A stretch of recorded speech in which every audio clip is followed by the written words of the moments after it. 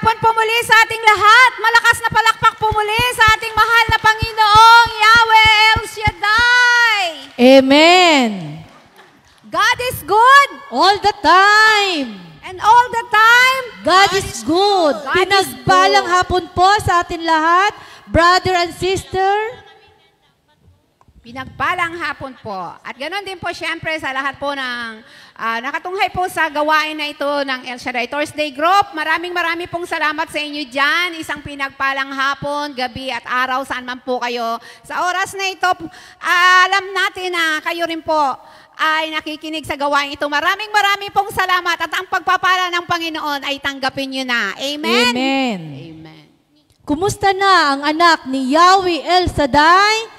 Thanks God, I am blessed, happy and prosperous talaga. Magaling na, mayaman pa, matalino, matuwid, marangal, wagas ng pag-ibig, malaya payapa ang kalooban, maginhawa at matagumpay. Amen. Praise the Lord. Hallelujah. Matagumpay ang lahat. Amen. At syempre, wala po tayong baguhan ngayon. At syempre, dadako na po tayo sa patotoo. Lahat ba ay pinagpala? Amen. Amen. Lahat ay pinagpala. Sa buong linggong nagdaan, muli syempre, narito tayo upang muli ibalik natin ang ating pasasalamat sa Panginoon sa lahat ng kanyang biyaya na patuloy nating tinanggap at patuloy pa po nating tatanggapin. Amen po? Amen. Kasi every gising is a blessing. Amen? Amen. Siyempre, ang ating kapatid na ngayon pala ay ito, nagbakasyon, sa ating Sister Mona. Siguro ikaw ay ang unang magpatotoo sa iyong pagbakasyon sa Pilipinas. Praise the Lord. Pinagpalang hapon po. Glory to God and glory to Christ in Jesus. Ako po magpapahayag sa kabutihan ni Yahweh El Shaddai. Noon at magpakailanman at hanggang ngayon at hindi niya ako pinabayaan sa anuman hamon sa buhay ko. God is good all the time sa buhay ko. Sa mga suliranin ay doon ko natutunan at laging palaban sa buhay ko at laging think always positive sa buhay ko. At laging iniiral sa puso ko na maging mapagmahal sa kapwa. Amen. At matulungin. Kahit sa paligid mo ay naging masama man at bigyan mo ang pagmamahal at naging peace of mind sa puso ko. At nagpapasalamat po ako kasi kasama ko po ang mga kapatid ko, kung paano nila akong minahal, inalagaan. Akala ko mai-stress ako sa pag-uwi ko, akala ko mapapagod ako. Pinadama nila sa akin na puno ng pagmamahal nila sa akin. Pagising ko, nilulutuan nila ako. Praise the Lord. Nararamdaman ko yung mga pamangkin ko na always, every morning, lagi nila sinasabi sa akin, I love you, auntie. I love you, mommy. At naramdaman ko, kahit wala man akong anak, at naramdaman ko na sa kanila kong naramdaman yung pagmamahal bilang isang ina at naramdaman ko na nakikita ko ang mga kamag-anak ko sa tagal-tagal ng panahon at naalala po nila ako.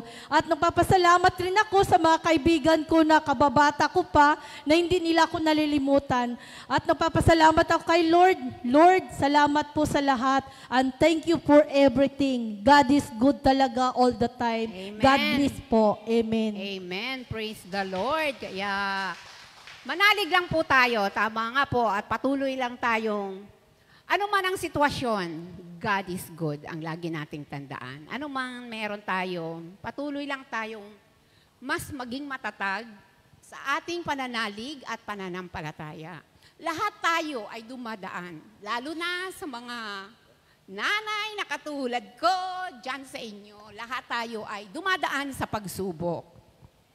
Pero dito tayo ngayon, patunayan natin at patuloy nating ipagkatiwala sa Kanya ang lahat. At walang imposible, babaguhin lahat ng Lord ang the best para po sa isa't isa. Amen po?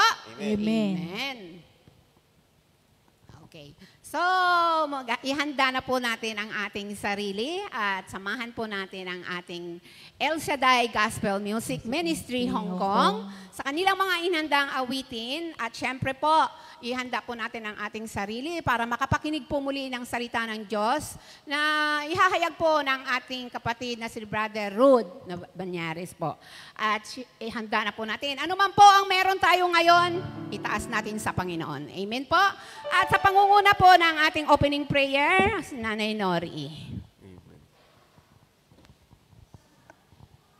At kasama ang El Shaddai Gospel Music Ministry Hong Kong. Tayo na po!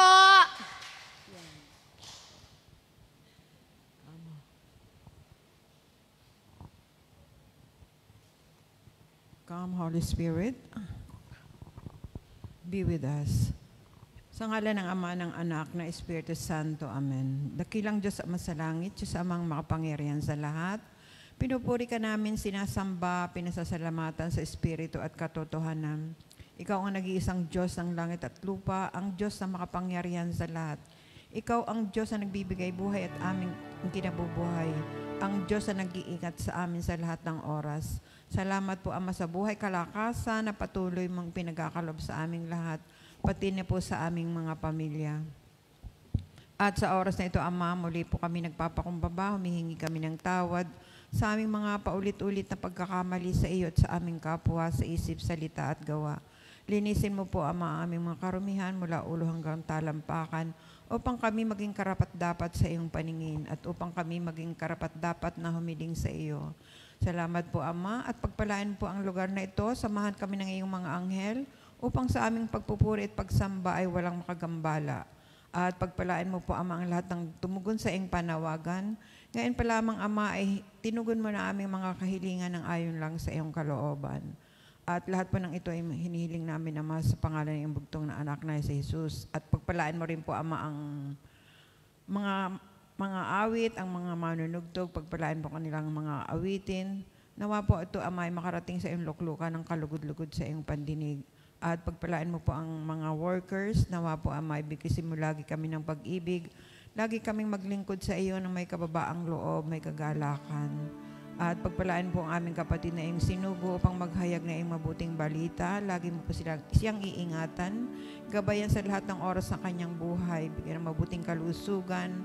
Pati na po ang kanyang pamilya. Ingatan mo rin po, Ama. At pagpalain po ang mga salita na kanyang ihahayag na magmumula sa iyo. Nawa po daluin ito ng kapangyarihan upang sino mang makarinig nito ay mapuspos ng iyong kalawalhatian. Ang lahat po na ito ay hinihiling namin pinasasalamatan sa dakila makapangyarihang pangalan ng bugtong na anak na si Jesus, kasama ang banal mong Espiritu Santo, na siya naghahari noon, ngayon at magpakailanman. Amen. Sa ngalan ng Ama, ng Anak na Espiritu Santo. Amen.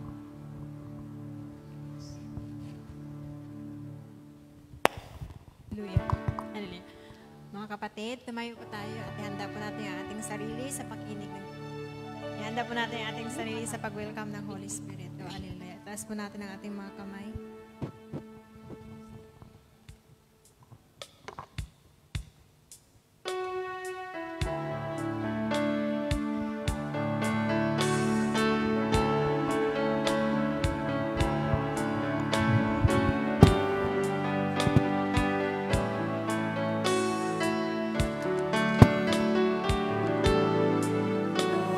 Prepare me to be such a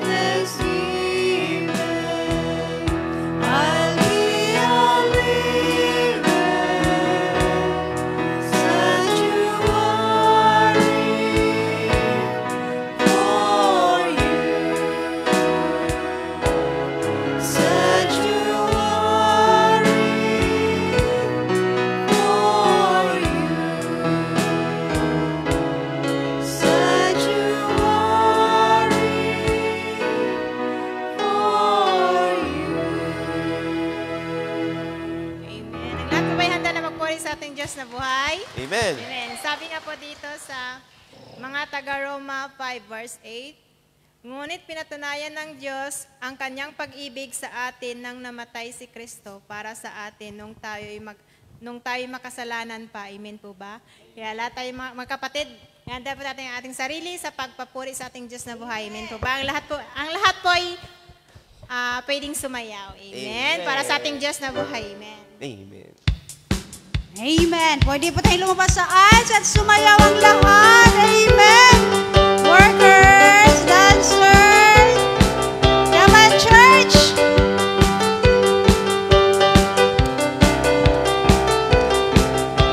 Dakila ka, Panginoon, dito sa puso ko. Hindi ka nagbabago, ikaw ay totoo. Sa bawat tawag mo, tinutugon mo ako. Ako'y walang ako.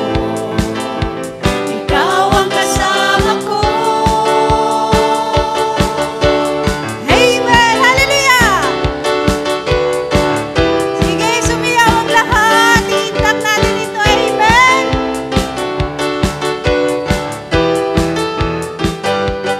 Puso ko'y nananabik sa banal mong pag-ibig. Yakap mo walang maliw, nadarama bawat saglit. Hindi mapapantayan ang wagas mong pag-ibig ng kahit sino pa man. Jesus, ikaw lamang.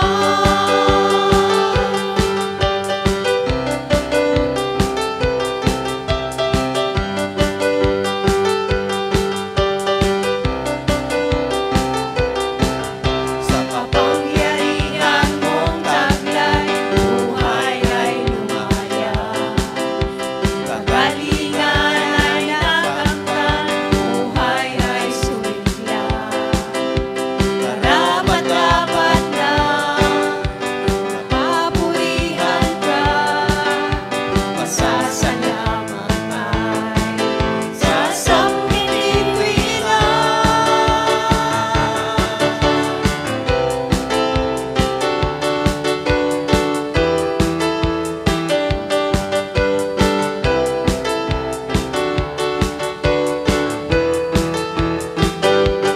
Puso ko'y nananabik sa banal mong pag-ibig.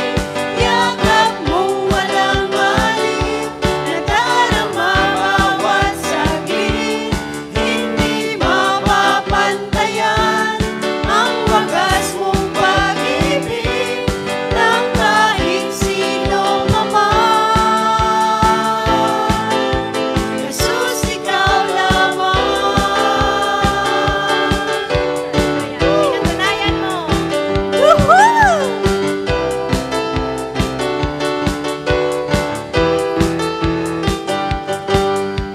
Pinatunayan mo, kapangyarihan mo. Pinatunayan mo, sa pag-ibig mo. Pinatunayan mo, sa buong mundo. Ikaw lamang ang Diyos, buhay ka totoo. Pinatunayan mo, kapangyarihan mo. Pinatunayan mo, ang pag-ibig mo. Pinatunayan mo, sa buong mundo. Ikaw lamang ang Diyos, buhay ka totoo.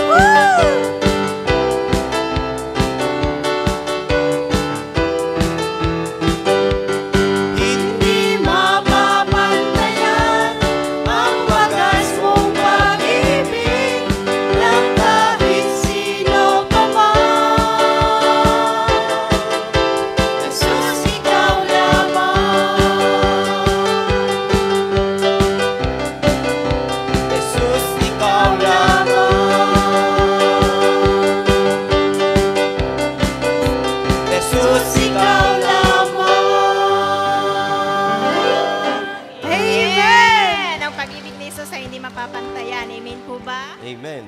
Tuloy po tayo, sabi nga po dito sa mga awit, bawat kailangan ng taong tapat at may takot sa kanyang tinutugon, at aking pupurihin ang Diyos na si Yahweh habang nabubuhay. Sa ngalan niyang banal, lahat tayo ay magpuri, magpakailanman. Amen po ba? Amen mga kapatid, patuloy tayo magpuri sa ating Diyos na buhay. Oh, hallelujah. Itaas po natin ang ating mga kamay.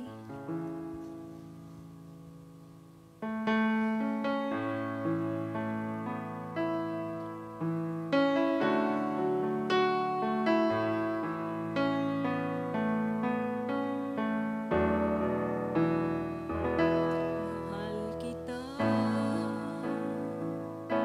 walang hanggan ang iyong biyaya,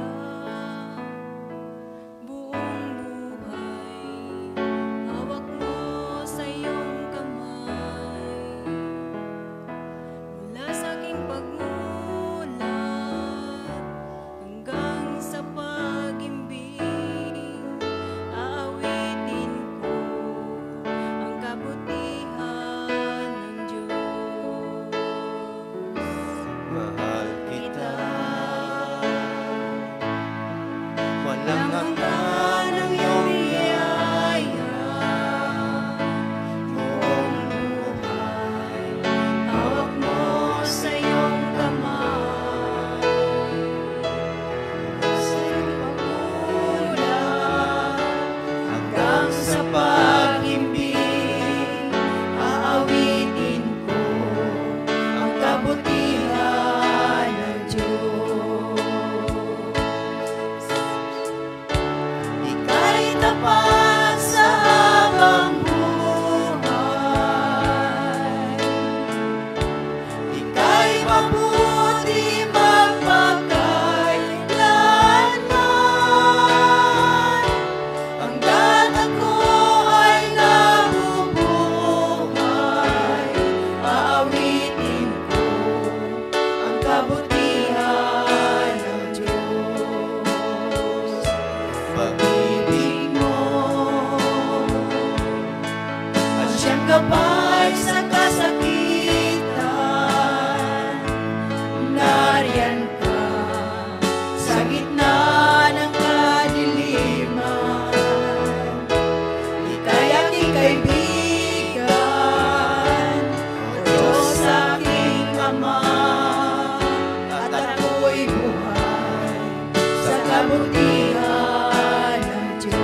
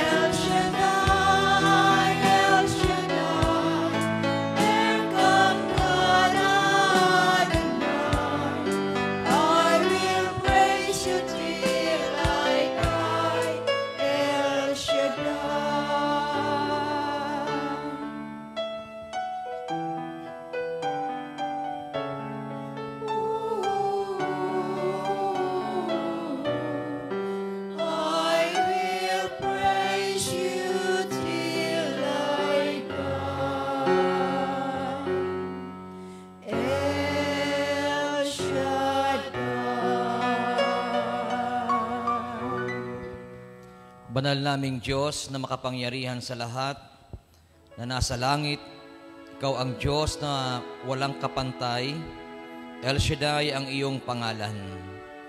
Sinasamba ka namin, pinararangalan at pinasasalamatan. At sa oras na ito, Panginoon, patuloy kami nagpapasalamat sa buhay na lagi mong ipinagkakaloob sa amin. Wala pong nakakaalam sa bawat magaganap sa araw ng bukas, subalit kami ay binibigyan mo lagi ng buhay at patuloy mo kaming binibigyan ng kalakasan. Kaya patuloy ka naming pinararangalan at pinasasalamatan. Sa oras na ito, kami po ay muling naririto, dumudulog, lumalapit sa iyo. Hinihiling namin, Ama, na sa lugar na ito ay lagi kang kumilos at gumalaw. Pagpalain mo lagi, Ama, ang lugar na ito at ang gawain na ito. Pagpalain mo rin po, dakilang Diyos, ang aking mga kapatid na lagi naririto upang ikaw ay kanilang parangalan at pasalamatan. Bigyan mo lagi sila ng kalakasan at katatagan. Tulungan mo lagi sila, Ama, upang anuman ang kanilang hinaharap sa buhay, kung sila man may problema, sila, Panginoon, ay makalaya. At kung sila man ay mayroong mga kahilingan sa buhay, dalangin ko, Ama, na ito po ay ipagkaloob mo sa kanila. Naniniwala kami na ikaw ay Diyos na nagkakaloob at nagbibigay ng lahat ng bagay, at walang nananalig sa iyo na iyong binibigo. Kaya aming aangkinin sa araw na ito, lahat silang naririto ngayon ay uuwing tagumpay ang buhay. Samahan niyo po at pagpalain ang mabuting balita. Hayaan niyo po na ito'y magbigay sa amin ng kalakasan at katatagan at magbigay ito sa amin ng malaking pag-asa. At naniniwala kami, dakilang Diyos, na ang gawain na ito kanina pa ay pinagpala mo na. Kaya, Ama, ibinibigay namin sa iyo ang lahat ng kapurihan at kaluwalhatian sa pangalan ni Kristo Jesus, sa ngalan ng Ama, ng Anak at ng Espiritu Santo. Amen and Amen. Purihin ang ating Panginoon.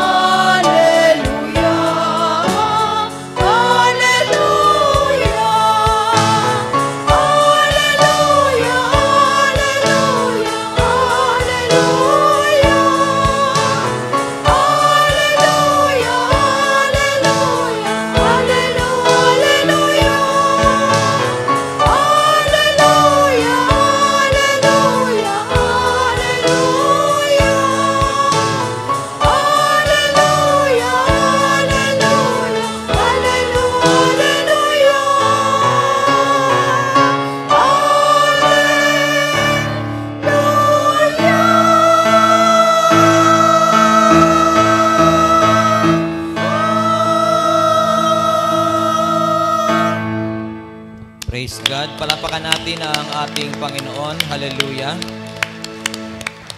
At basahin po natin sa araw na ito ang ating gospel sa Matthew chapter 6 verse 7 hanggang 15.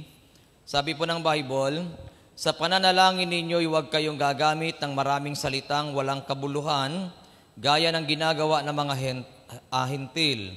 Ang akala nila ay papakinggan sila ng Diyos dahil sa haba ng kanilang sinasabi. Huwag ninyo silang tutularan. Alam na ng inyong Ama na nasa langit ang inyong kailangan bago pa ninyo ito hingin sa Kanya. Ganito kayo manalangin. Ama naming nasa langit, sambahin nawa ang iyong pangalan. Numating nawa ang iyong kaharian, masunod nawa ang iyong kalooban dito sa lupa tulad ng sa langit. Bigyan mo kami ng aming kakanin sa araw-araw at patawarin mo kami sa aming mga kasalanan tulad ng pagpapatawad namin sa mga nagkakasala sa amin. At huwag mo kaming hayaang matukso, kundi iligtas mo kami sa masama, sapagkat iyo ang kaharian at ang kapangyarihan at ang kaluwalhatian magpakailanman. Sapagkat kung pinatatawad ninyo ang mga nagkakasala sa inyo, patatawarin din kayo ng inyong Ama na nasa langit. Ngunit kung hindi ninyo pinatatawad o pinatawad ang inyong kapwa, hindi rin patatawarin ng inyong Ama ang inyong mga kasalanan. Pagpalain po ng ating Panginoon ang pagkakabasa sa kanyang mabuting balita. Mga kapatid, palakpakan natin at purihin ang ating dakilang Yahweh El Shaddai. Glory to God, glory to Christ Jesus. Ang dalangin ko sa Panginoon, lagi kayong bigyan ng kalakasan. Amen. Lagi kayong maging matatag, matibay, para hindi kayo magiba. Amen ba? At higit sa lahat, lagi kayong pagpalain sa araw-araw ninyong buhay. Amen po? Kasi pag lagi kayong malakas at matatag, maganda ang buhay. Amen. Pag may nararamdaman, hindi maganda ang buhay. Tama ba? Amen. Kaya ang aking dalangin lagi sa Panginoon, lagi kayong bigyan ng Diyos ng kalakasan. Amen. Makakapo tayo at tayo ay makinig ng mabuti sa kanyang mensahe. Ayan, nakita ko si sister, ang mahusay sumayaw. Tapos andito naman si sister, ang magaling kumanta. Pwede na mag-choir, ano? Ayan. O, palakpakan natin muna si Yahweh. Glory to God, glory to Christ Jesus. Kanina ay naibigay na rin ni Father ang tungkol sa gospel po natin ngayon, yung tungkol sa pagtitiwala. Nasabi nga ni Father kanina, prayer is trusting God. Pagtitiwala sa Diyos. Kaya kapag tayo may tiwala sa Panginoon, hindi kayo bibiguin ng Diyos. Amen. Amen po. Mayroon ba kayong mga kahilingan? Amen. Gumagawa ba kayo ng prayer request? Amen. Yan, gawa kayo ng prayer request, saka yung prayer request nyo, ihuhulog nyo dyan sa pamamaya sa mga nangungulikta, huwag yung iuuwi kasi mayroon pong nangyaring ganyan, iniuwi ang prayer request, ang problema hindi alam kung saan ipapadala. Sa Pilipinas ito nangyari, hindi dito sa Hong Kong. Kaya ang ginawa ng mama, dinala sa munisipyo, sa post office yung prayer request niya, inihulog doon para makarating kay El Shaddai. Eh, tamang-tama naman, yung mga nagkatrabaho sa post office ay mga prayer partner, binasa yung prayer request ni Manong. Nung basahin, nakalagay doon, Dear Lord, pahingi po ako ng 1,000 kasi may utang akong 1,000. Thank you, Lord. Ang nagmamahal, Manong.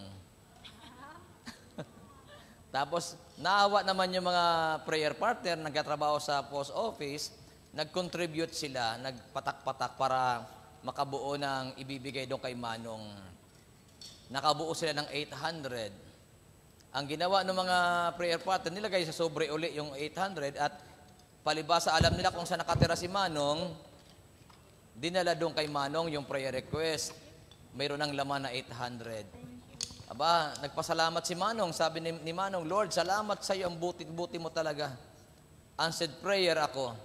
Nung buksan niya ang sobre, lalo siya nagpasalamat kasi mayroong blessing. May perang kalakip.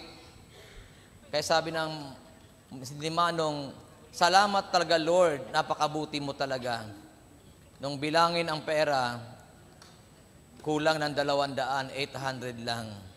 Gumawa ulit si Manong ng prayer request panibago. Dear Lord, kung kayo po ay magbibigay sa akin, huwag niyo na pong padaanin sa mga taong iyon kasi binabawasan. Tinulungan na, pinagbintangan pa. Kaya minsan, mabait ka na, pinagbibintangan ka pa, ano? Yan ang problema sa mundo. Ang mundo talaga ay sadyang malupit. Pero ang Diyos ay mabait.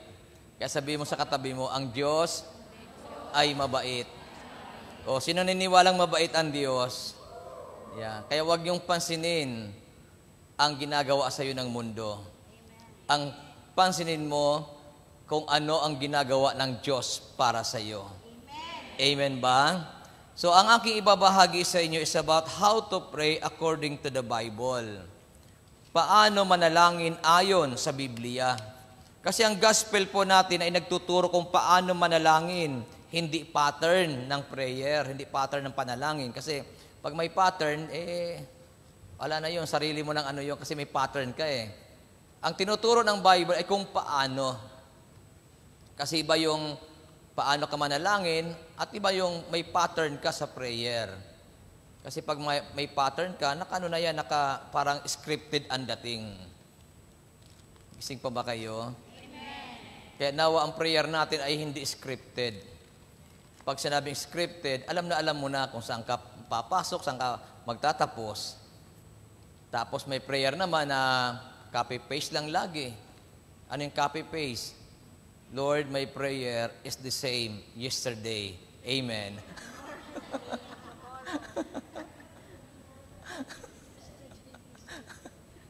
Gising ba kayo dyan? Kasi uso ngayon ang ano, di ba? Ang ano ngayon, technology natin ngayon, napaka-high-tech na. Isang pindot mo lang, alam mo na kagad kung anong gagawin mo. Katulad halimbawa sa mga pronunciation. May mga lumalapit sa akin minsan sa mga pronunciation. Hindi na kayo mahihirapan. I-type mo lang yung word. Ilagay mo lang doon, how to pronounce. Ayan, kung ano yung word na gusto mo malaman. Then i-click mo yon. Mamaya mayroon doon nakalagay na bibig. Click mo rin yon, pakinggan mo. Makukuha mo ang proper pronunciation. Kaya hindi na mahihirapan, di katulad nung araw na hirap ka. Amen ba? At magugulat sa iyo pa nag-pronounce ka. Sasabi, wow, ang galing itong pronounce eh. Hindi nila alam, kinopya mo lang sa Google. Gising ba kayo? Kasi ang tawag lang sa Google, tawag na Google eh. Ayan, may Bisaya na ba sa Maynila, kinurik ang kanyang pronunciation, kasi nakakita ang tricycle, sabi niya, uy, tricycle! May dumaan nagtitinda ng popsicle, sabi niya, uy, popsicle! Tapos may dumaan ng bisikleta, sabi niya, uy, bicycle! Kinurik ngayon ang kanyang pronunciation, sabi sa kanya, dito sa Maynila, medyo i-ayos mo na yung iyong pronunciation kasi nakakahiya. Yung tricycle yan. Yung bisikleta, bicycle yan. Tapos yung popsicle yan.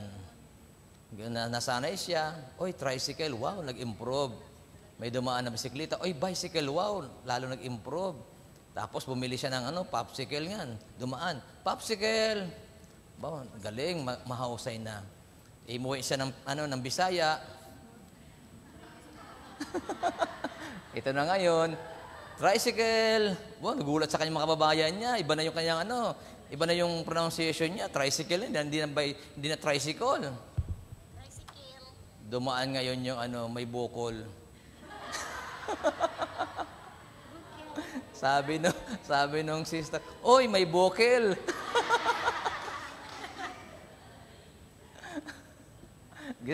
Gising ba kayo? Ayan, napakwento na naman tayo. Layo na nga tayo sa kwento. Prayer is one of the most powerful weapons, sabi dito. God has given us. Ang panalangin, sabi na dito, ay isa sa pinakapakapangyarihang sandata na ibinigay sa atin ng Diyos. Kaya kapag nagpe-pray ka, ibig sabihin, nasa iyo ang sandatang makapangyarihan. Tatandaan niyo po ito. Kung gusto niyo magtagumpay lagi sa lahat ng bagay, mag-pray ka lagi kay El Shaddai. Pray. Kasi ang prayer, sabi dito, is one of the most powerful weapons. Kaya, kung tayo ay nagpe-pray kay Lord, alam niyo po, hindi ka pwedeng magapi ng kaaway. Hindi ka pwedeng magapi ng demonyo. Kasi pag ikaw ay prayerful, magiging mananagumpay ka eh. Hindi ka pwedeng maging talunan. Kasi sa prayer, ang kinakausap lagi natin ay walang iba kundi ang Diyos. Hindi tao. Kaya pag-aaralan natin yan, para mamaya makita natin ang katotohanan tungkol sa prayer, na ito ay napakahalaga. Ito ay napaka-powerful.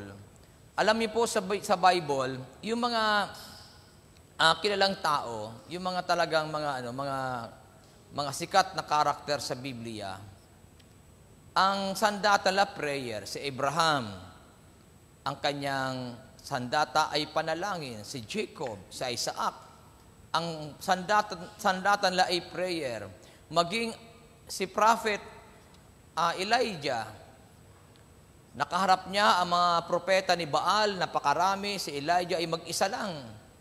Yung propeta ni Baal na nanalangin din sa Diyos nila. Pero hindi sila tinugon ng kanilang Diyos. Bakit? Kasi hindi buhay ang Diyos ng mga propeta ni Baal. Ngayon, nung si Prophet Elijah ang nanalangin, sabi ng Bible, hindi pa tapos ang panalangin ni Elijah, ay tumugon na ang Diyos. Bumaba ang apoy galing sa langit. Tinupok ang handog ni Elijah. Kaya ibig sabihin, kapag ikaw ay nananalangin, ang prayer mo ay napaka-powerful. Lalo na pag tama ang iyong pag-a-address ng iyong panalangin. Kasi depende rin yan. Kanino ba ini-a-address ang prayer mo? Katulad kanina, may nakita ako, nagmamas si Father, ongoing ang Mass. Tapos, di ba, ang paniniwala ang Katoliko, Mass is the highest form of worship and or highest form of prayer. Madalas binabanggit ng commentator natin na ang Banal na Misa is the highest form of prayer. Dito ko narinig yun. Kasi sa Pinas, ang sinasabi nila sa Pinas, yung Eucharistic celebration, it is the highest form of worship. Kanina may nagmamas ongoing ang Mass ni Father, may pumasok, doon pumunta, hindi sa Banal na Misa. Kaya sabi ko, hindi pa lahat ng Katoliko pala naniniwala sa Misa. Kasi kung hindi Katoliko yun, hindi papasok dito yun. Pero bakit pumasok dito? Kasi Katoliko yun. Pero hindi pala lahat ng Katoliko nire-respect ang Banal na Misa. Bakit? Pumunta lang doon, pagkatapos lumabas uli habang nagmamas si Father. Kaya sabi ko, doon natin makikita sa prayer, kanino mo ba ini-a-address ang panalangin mo? Kaya pag tama ang pag-a-address mo ng iyong panalangin, maniwala kayo, ang panalangin mo hindi sasablay. Magiging powerfully po yan. Amen ba? Kasi depende yan kung kanino po natin ibinibigay yung prayer po natin. So ano ang sinasabi ng Bible tungkol sa pananalangin? Sabi ng Matthew chapter 6 verse 7 hanggang 8, sabi dito, sa pananalangin ninyo, huwag kayong gagamit ng maraming salitang walang kabuluhan. Dito po pumasok si Father kanina na pag may tiwala ka sa Panginoon, huwag ka nang gagamit ng maraming salita. Amen ba? Kasi ang Diyos hindi nakukuha sa maraming salita. Mayroon ngang kasabihan, ito madalas kong ginagamit sa aking mga anak. One word is enough for a wise man. Amen ba? Nang ibig sabihin, kung si Brother Rod mayroong prinsipyong one word is enough for a wise man, lalo na ang Diyos, huwag mo siyang ulit-ulitin. Kasi ang Diyos, sabi nga ng Biblia, huwag ninyong sabi to, gaya ng ginagawa ng mga hintel, ang akala nila ay papakinggan sila ng Diyos dahil sa haba ng kanilang sinasabi. Huwag ninyo silang tutularan. Alam na ng inyong Ama na nasa langit ang inyong kailangan bago pa ninyo ito hingiin sa Kanya. So, anong ibig sabihin doon? Sa pagdulog natin sa Panginoon, bago ka pa lumapit sa Diyos, alam na ng Diyos kung ano ang kailangan ninyo.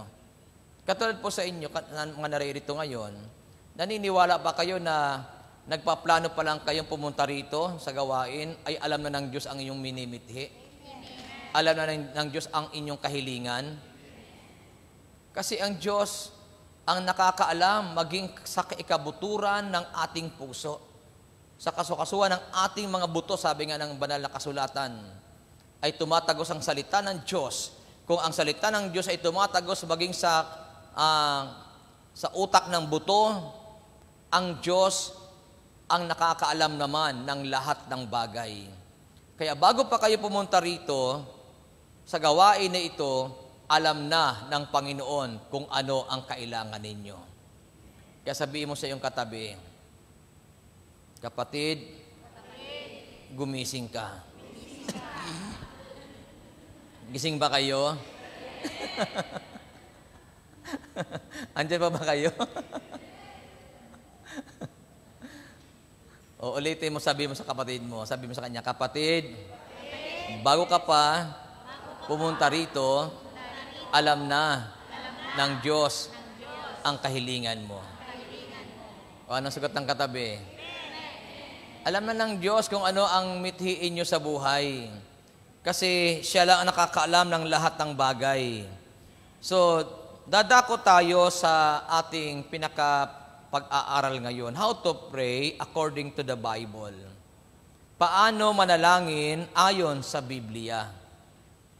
So, kanina, sabi natin, nung basahin natin ang Gospel, sa verse 9 ng chapter 6 ng Matthew, sabi doon, ganito kayo manalangin, Ama naming nasa langit, sambahin nawa ang iyong pangalan. Sabi ng verse 9. So, anong ibig sabihin doon? So, narinig natin kanina na pag tayo ay nagpe-pray, dapat alamin natin kung kanino ka nakikipag-usap. Alamin mo kung kayo nakipag-usap sa prayer. Tama po ba? So, nung tayo naroon sa ibaba, ulitin ko lang po ito, nabanggit po ni Father J yung tungkol sa rosary. Nang sabi niya, sa rosaryo, pag sa rosary po, hindi kayo rosary not to Mary, hindi para kay Maria. Sa rosary, with Mary. Kasama natin si Maria, ang inang Berhen, sa pananalangin. Kasi diyan tayo napipintasan. May nagpe-pray ng rosary para kay Maria. Kaya minsan, ang bato sa atin ng ibang sekta, pati pala si Maria, sinasamba nyo na. Kasi yun ang pagkakamali natin. Kaya minsan, nakakatuwa kasi nililiwanag sa atin ng ating spiritual director, si Father J, na sa rosary po ay hindi tayo nagpe-pray ng rosary to Mary. Nagpe-pray tayo ng rosary with Mary.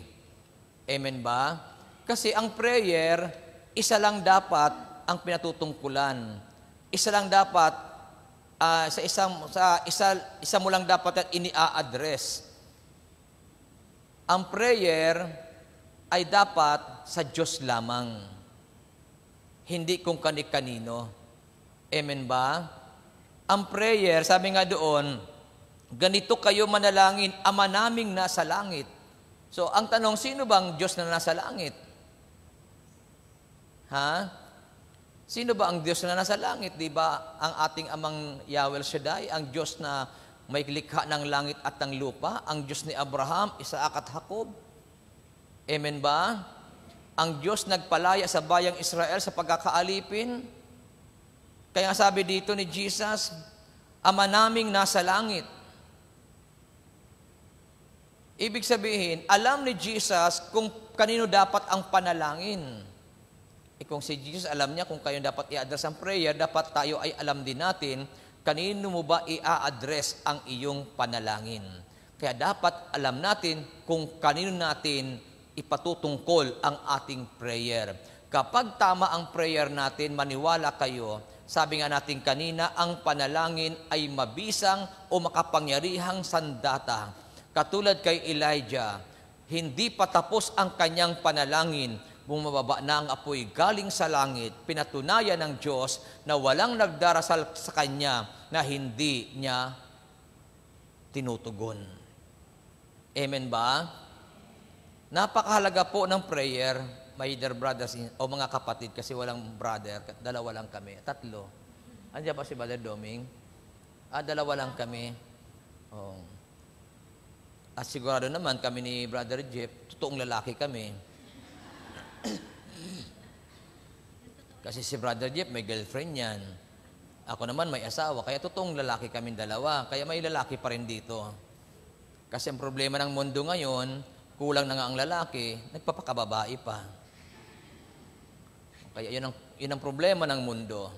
Kaya sabihin mo sa katabi mo, gusto mo bang maging makapangyarihan ang iyong panalangin? Anong sagot ng katabi?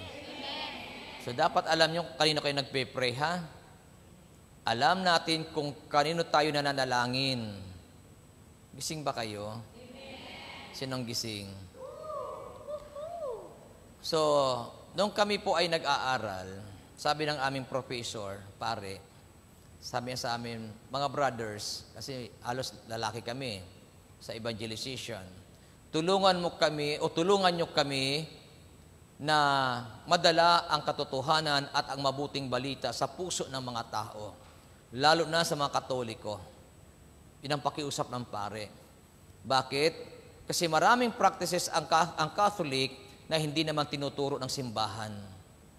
Kaya nga minsan maraming Katolikong napipintasan, kulto ang dating, kulto raw ang samahan. Bakit? Kasi marami namang hindi tinuturo ng simbahan pero ginagawa namang Katoliko. Gising ba kayo? For example, ito, galing ito mismo sa pari, ha? Si Brother Rod, hindi born again, hindi Protestant si Brother Rod. Kasi ako ay Katoliko. Mula nung isilang sa mundong ito.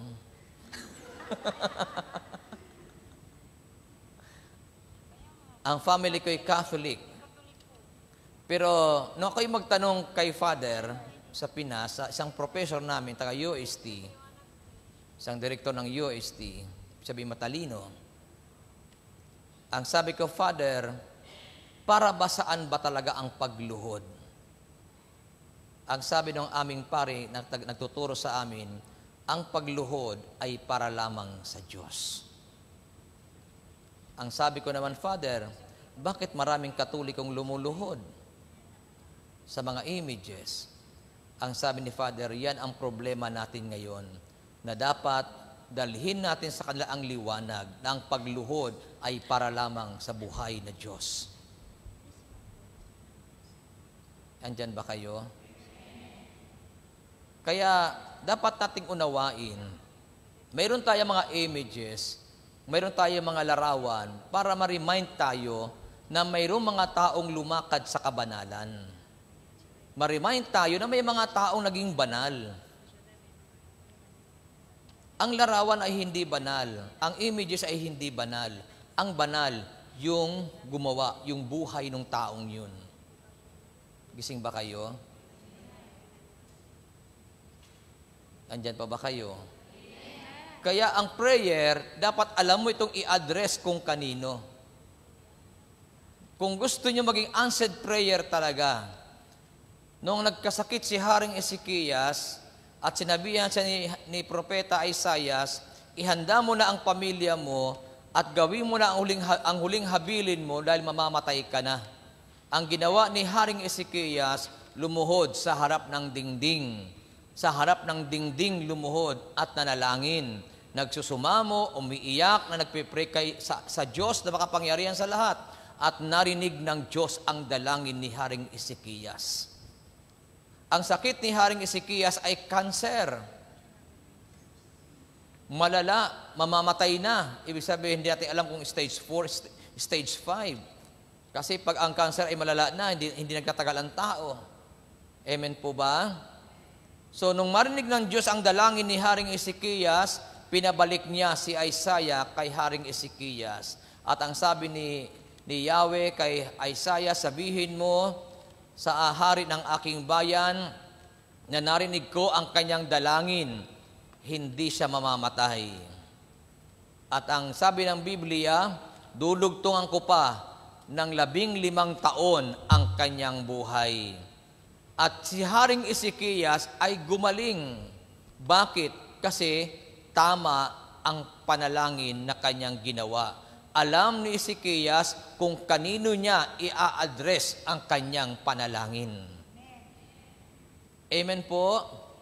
So hindi ko naman po sinasaklawan ang iyong paniniwala, pero ang base sa Bible, ang tinuturo ng Bible, sabi dito, Ama naming nasa langit.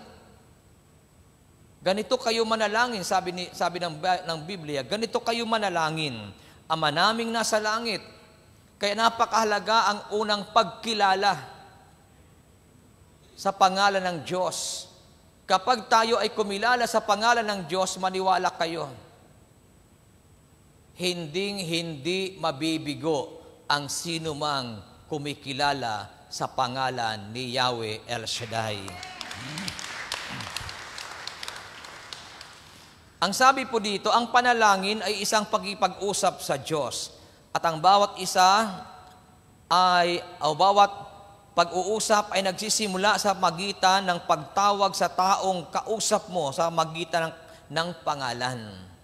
O kaya yung panalangin, sabi doon, ito ay sa pamaas, isang pakipag-usap sa Diyos. Kaya pag tayo ay nagpe-pray, huwag nating kalilimutan, ang Diyos ang ating kinakausap. Amen ba? Kung kayo po ay nagbabasa ng Bible, nung tinawag ng Diyos si Moises sa bundok Sinai, at siya po ay nag-stay doon for almost 40 days and 40 nights. Mahigit 1 buwan. Alam niyo ba na ang bayang Israel ay nagreklamo? Ano sabi ng bayang Israel? Dinala ba kami dito sa ilang para kami iwanan, pabayaan? Nasaan ang Moises na yan? Ang hindi alam ng mga Israelita na si Moises ay kausap ng Diyos sa bundok Sinai.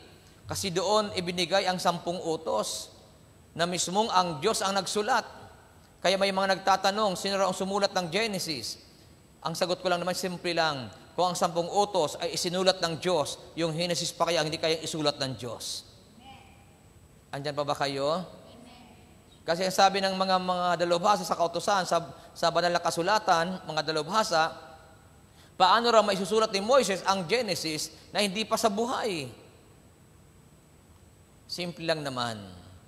Kung ang 10 utos, kamay mismo ng Diyos ang nagsulat, sino pa kaya magsusulat sa kasaysayan ng Genesis? Gising pa ba kayo? So, ibig sabihin, walang iba kundi ang Diyos. Kasi ang pinaka-author ng Bible ay walang iba kundi ang God.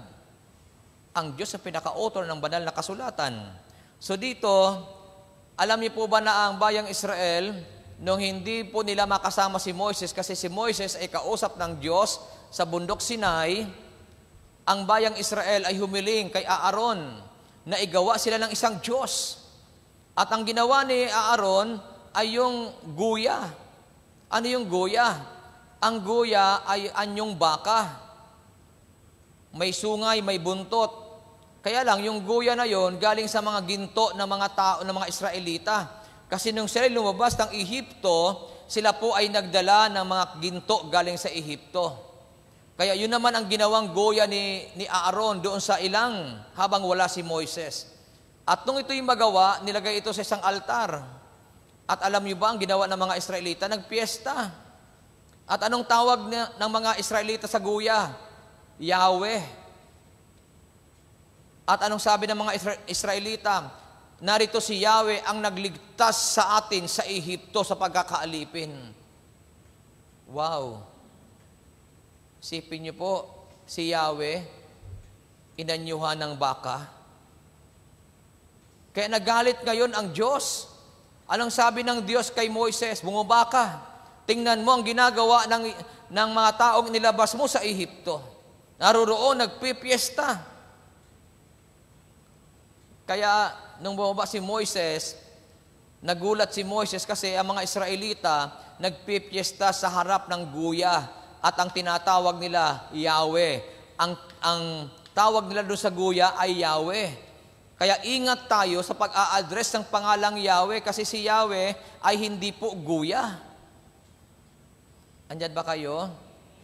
Hindi siya baka, wala siyang sungay, walang buntot. Ang Diyos ay Espiritu, sabi ng Bible. God is Spirit. Kaya sa prayer, tinuro ni Jesus na sa pananalangin, ang kinakausap natin ay walang iba kundi si Yahweh. Kaya sa pag-a-address natin ng ating panalangin, hindi mo pwedeng niyang ibatay sa iba't ibang gawa ng kamay ng tao. Sa prayer, dapat direct ka sa Diyos, sa Espiritu, na kung saan ay pinakilala sa atin sa John chapter 4, verse 24. Tama po? At kapag yun ang ating ginawa, maniwala kayo. Nagagawa natin ang tamang tinuturo ng Bible kung paano manalangin. At anong sabi ng Bible sa pananalangin? Sa prayer, dapat andoroon ang ating pagkilala, pagsamba sa kanyang pangalan. Kaya sabi ng Biblia, ganito kayo manalangin, Ama naming nasa langit, sambahin nawa ang pangalan mo. Sambahin nawa ang pangalan mo. Wala pa doon yung mga bagay na gusto natin mangyari. Ang first part ng pagtuturo ng Bible tungkol sa pananalangin, kung paano tayo manalangin, dapat andon munang pagkilala sa Diyos, pagsamba sa Diyos, pagbibigay ng parangal sa Panginoon. Kasi pag naluwalhati mo ang Diyos, una pa lang, maniwala ka. Pag natuwa ang Diyos sa iyo, una pa lang, wala kang dalawang salita. Sabi nga ng Biblia, hindi ka pa humihingi, ang iyong kahilingan binibigay na sa iyo ni Yahweh El Shaddai. Sige po, palakpakan natin ang Panginoon. Kaya sa ating pananalangin, alam niyo po, totoo lang, sabi nga dito, tulad ng sino mang magulang, gustong makita ng Diyos na tayo ay may pagpapasalamat sa Diyos. Kasi, di ba, ang mga magulang, naghahanap yan ng pagpapasalamat sa kanilang mga anak. Lalo pag ang mga anak ay napagtapos mo ng pag-aaral, gumanda ang buhay. Siyempre ang mga magulang, kagalakan ng magulang na makarinig ng parangal galing sa mga bata. Pasalamat galing sa mga bata. Alam niyo ba, yun din ang hinahanap ng Diyos sa atin? Yung magising ka sa umaga, pagdasal mo, kinilala mo kanyang pangalan, tapos nakarinig ang Diyos sa iyo ng papuri sa Kanya, sa magitan ng pagsamba, siguro tuwang-tuwa ang Diyos sa atin. Amen ba? Hindi pagising sa umaga, problema kaagad ang dinulog sa Panginoon. Subukan nyo minsan, di ba yung mga bata, pagka pagising pala sa umaga, problema ang ibinungad sa iyo. Ano ang mukha ng mga magulang? Nagagalit ang mga magulang. Pero kung sa pagbungad pa lang ng mga anak, pinupuri na ng mga anak yung kanilang mga magulang, salamat sa iyo, salamat sa inyo. Nakakagaan ng kalooban, ano? Nakakatuwa kapag yun ang ating natatanggap na salita mula sa ating mga anak. At yun din ang hinahanap ng Diyos sa atin. Na tayong pinagpapala niya, lalo dito sa Hong Kong, nagigising kayo ng umaga, pagtulog nyo, hindi nyo alam kung ano nangyayari sa atin, pero nagising ka ng umaga, naku, yun ang hinahanap ng Panginoon. Lord, maraming salamat uli sa iyo. Buhay pa ako. Amen ba? Tapos pag kilos mo, normal pa ang kilos mo, nakakagalaw ka ng normal. Lord, salamat talaga sa iyo. Normal pa ako. Amen ba? Tapos isip ko ano, doon na hindi matutuwa ang Diyos. Sabi ng Lord, hindi ka na normal.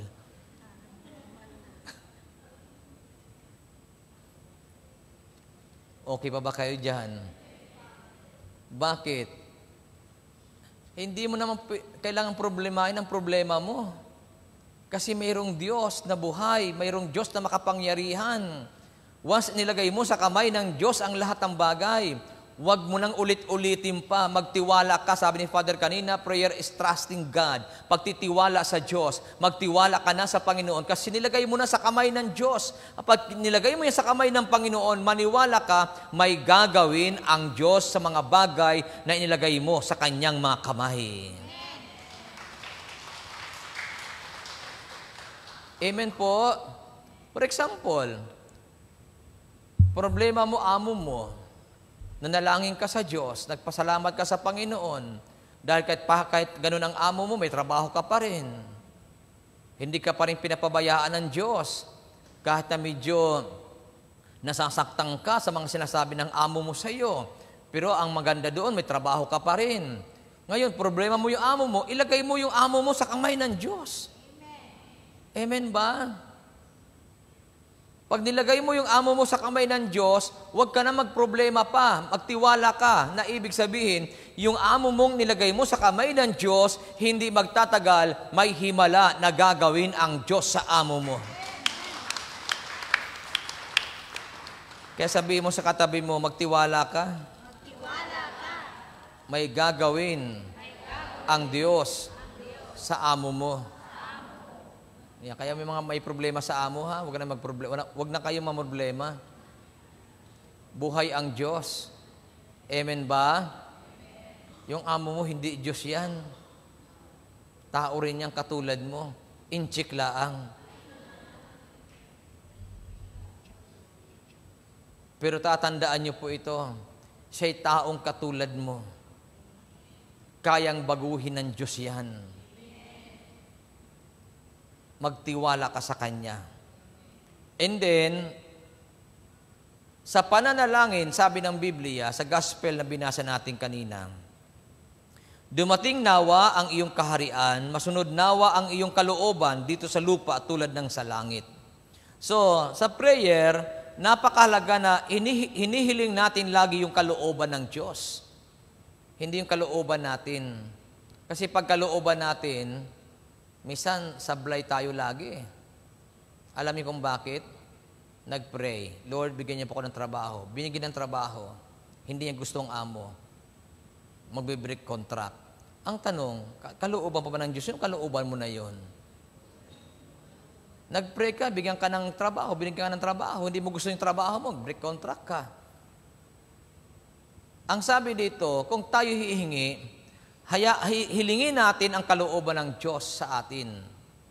Nang ibig sabihin, kapag yan ay hiniling mo sa Panginoon at dumating sa iyo, hindi man gusto, huwag ka magreklamo. Kasi ibig sabihin, yun ang gusto ng Diyos para sa iyo. Tama po ba? Hihingi ng mapapangasawa, may dumating, hindi yun ang gusto niyang lalaki. Kasing gusto niya, guwapo, matangos ang ilong, matangkad.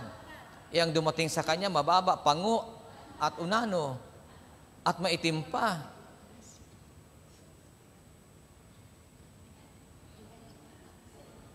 Andyan pa ba kayo? Kaya marami hindi kapag-asawa eh. Humingi, Lord, pahingi po ng mga pangasawa. Dumating, Lord, bakit naman ganito? Ang tinignan mo kasi mukha kaagad eh. Hinusgahan mo na kaagad. Na hindi mo pa tinitingnan ng kanyang puso. Na hindi mo alam dalisay pala ang puso niya. Bising ba kayo? Ang gusto mo, lagi gwapo kaagad sa paningin mo.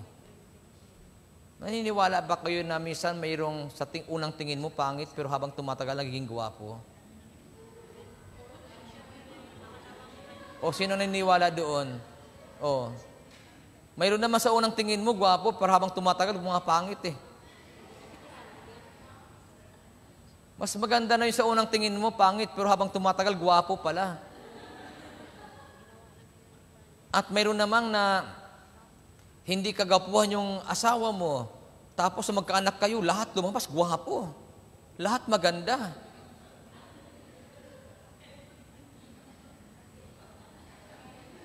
Bakit? Mahiwaga ang buhay eh. Tapos mayroon namang gwapo na pangasawa mo, nung magkaanak kayo, sabi mo, bakit ganito?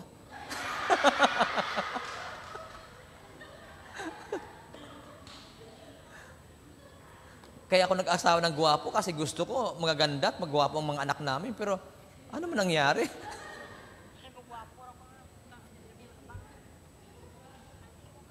Okay pa ba kayo? Meron nga mag-asawa eh. Nauwi pa sa dimandahan eh.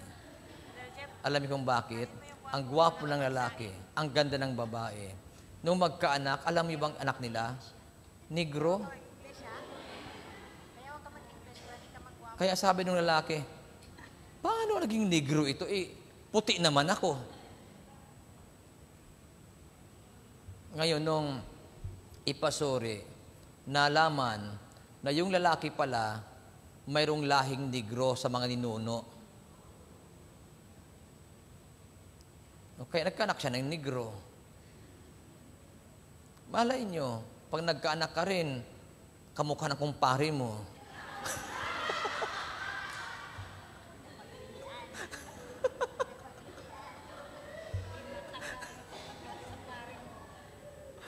Siyempre, magtatanong yung asawa mo, ako ang tatay, bakit kamukha ng kumpare ko to?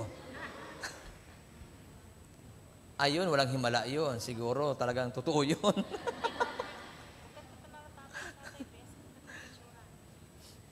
Okay pa ba kayo? Nung kaya dapat, hayaan natin kalooban ng Diyos, ha? Hindi kalooban natin. Kung may tiwala ka sa Panginoon, hayaan mo kalooban ng Diyos ang mangyari sa buhay natin. Kasi minsan, may mga bagay na dumarating sa buhay natin na hindi natin gusto. Pero minsan inaalaw ng Diyos yon. Kasi sa kabila noon, naroon pala ang magandang bagay na gustong gawin ng Diyos sa iyo. Amen. Ito halimbawa na lang, nawalan ka ng trabaho sa Hong Kong. Huwag ka magmamaktol. Hanap pa ng hanap ng employer, di ka makahanap. Ikaw naman, balisang-balisan, di mo alam ang gagawin mo. Kung may tiwala ka sa Diyos, hayaan mo lang ang sitwasyon na yun. Alam kung bakit, malay mo, hindi ka pala sa Hong Kong, sa Canada ka pala. Minsan din natin alam yun eh. Diyos lang ang nakakaalam noon. Amen po? Kaya kung kalooban ng Diyos ang ating sinusunod, anuman ang dumating sa buhay natin, tatanggapin natin. Kaya sabi mo sa katabi mo, anuman ang dumating sa iyo, tanggapin mo lang. Tama po ba?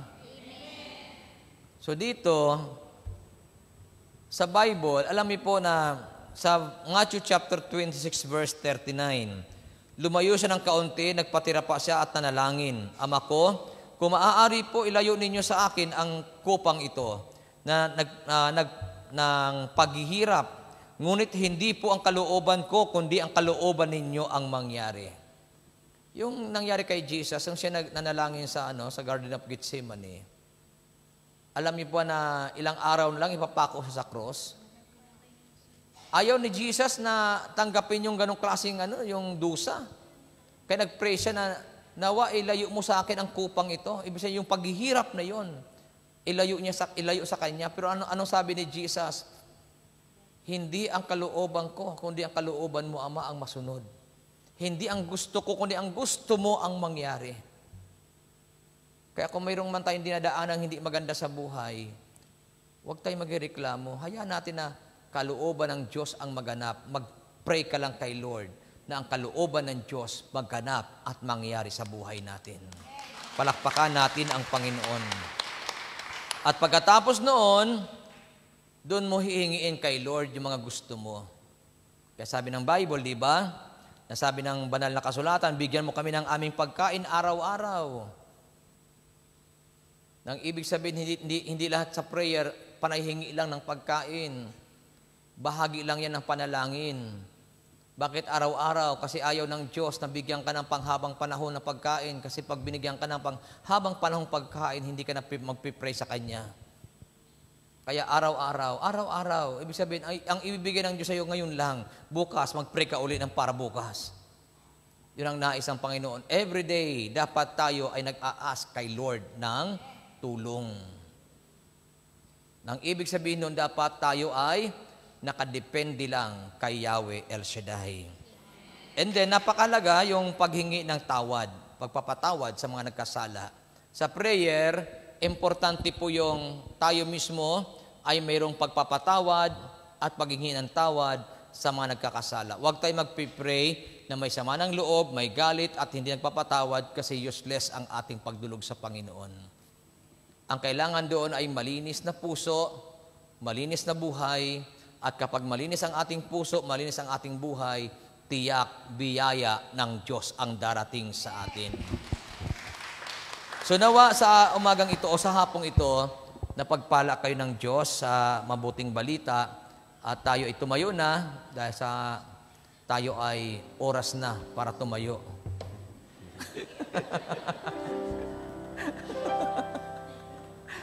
Hawakan na po ninyo mga dadalahan po ninyo. Yakapin na po ninyo yan. At ipikit niyo po ang inyong mga mata at hilingin niyo sa Panginoon ang mga bagay na gusto po ninyo.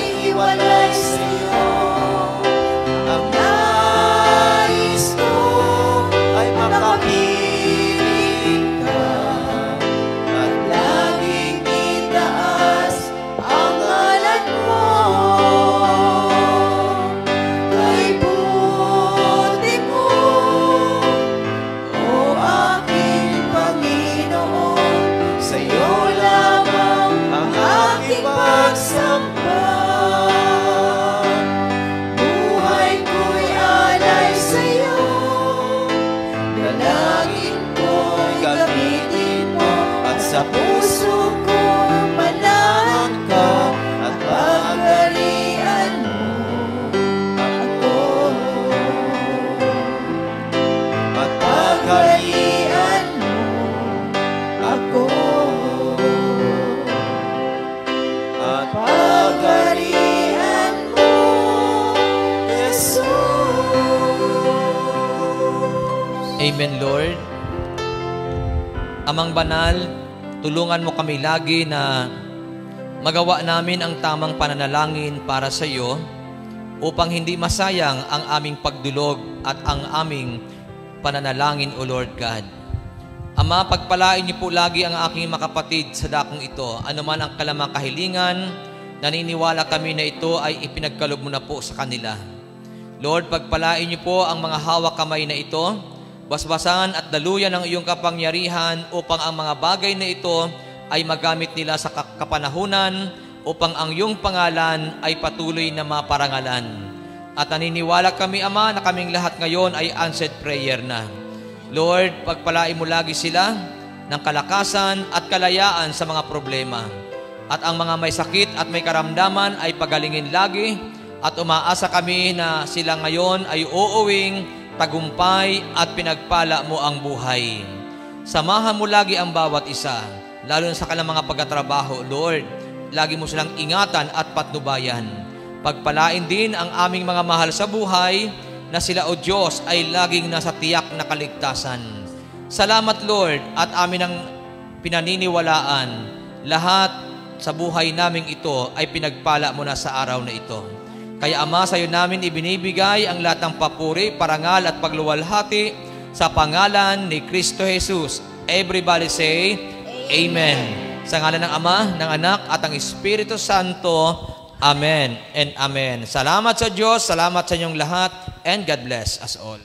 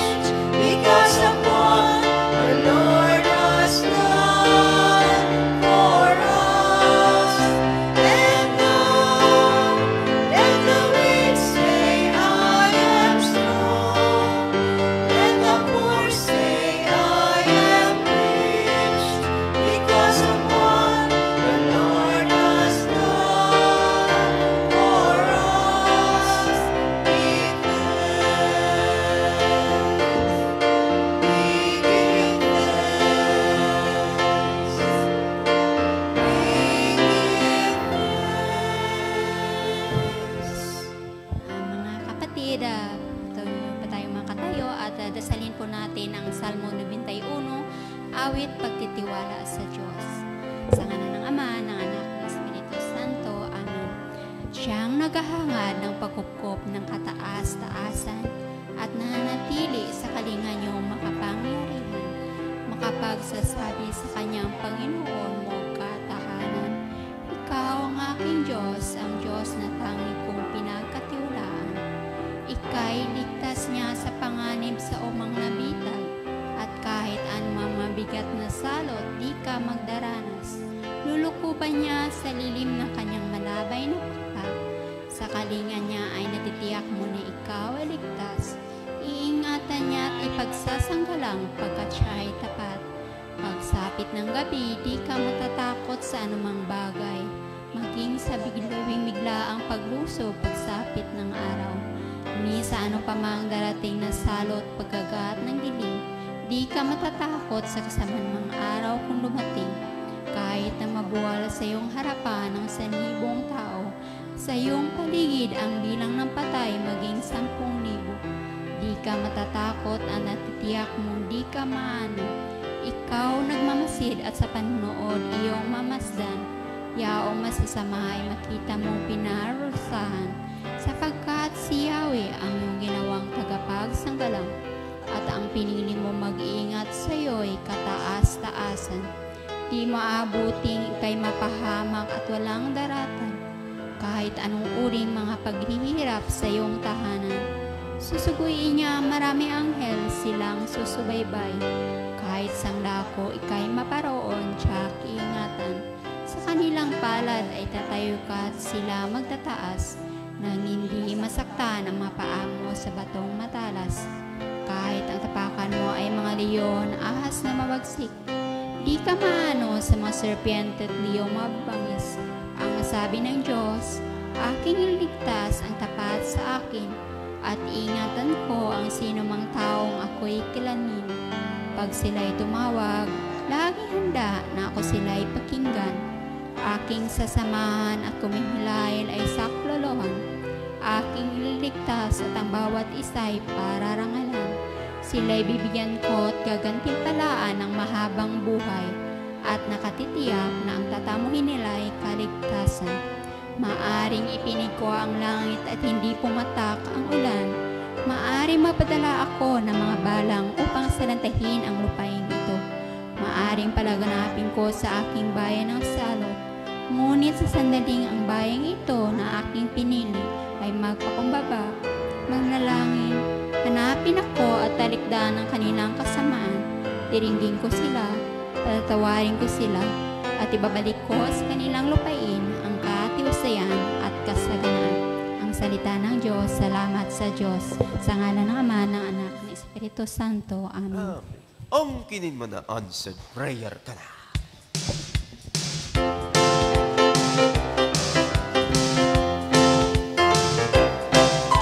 Sa tuwing ika'y dumadalo dito sa gawain, alam kong may tinataas ka, iba't ibang hiling.